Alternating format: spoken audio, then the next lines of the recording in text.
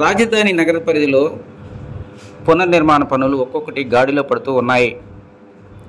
సంవత్సరాల తరబడి నీట మునిగినటువంటి కమ్యూనికేషన్, అదేవిధంగా రోడ్లకు సంబంధించినటువంటి సామాగ్రి ఒక్కొక్కటి వెలుగులోకి వస్తున్నాయి. కూటమి ప్రభుత్వం వచ్చిన తర్వాత అమరావతి రాజధానిలో పునర్నిర్మాణ పనులు ప్రారంభించారు. టెండర్లు దక్కించుకునేటువంటి కాంట్రాక్టులు పనులు ప్రారంభించడానికి ఇప్పటికే అన్ని రకాల సామాగ్రి సిద్ధం చేసుకున్నారు. 29 గ్రామాల పరిధిలో మొత్తం రోడ్డుకి ఇరువైపులా డ్రైనేజీ వ్యవస్థ, అదేవిధంగా రోడ్డు నిర్మాణంతో పాటు కమ్యూనికేషన్ వ్యవస్థను మెరుగుపరచడానికి ఇప్పటికే సదరు కాంట్రాక్టుల పనులు ప్రారంభించారు. రేపు సాయంత్రం అమరావతిలో ప్రధానమంత్రి నరేంద్ర మోడీ గారి పర్యటన సందర్భంగా దాదాపు 60,000 కోట్ల రూపాయలు విలువైనటువంటి పునర్నిర్మాణ పనులకు శంకుస్థాపన చేయనున్నారు. ఆయన పర్యటన పూర్తయిన తర్వాత మరికొన్ని నిర్మాణ పనులకు సంబంధించిన పనులు ప్రారంభం కానున్నాయి.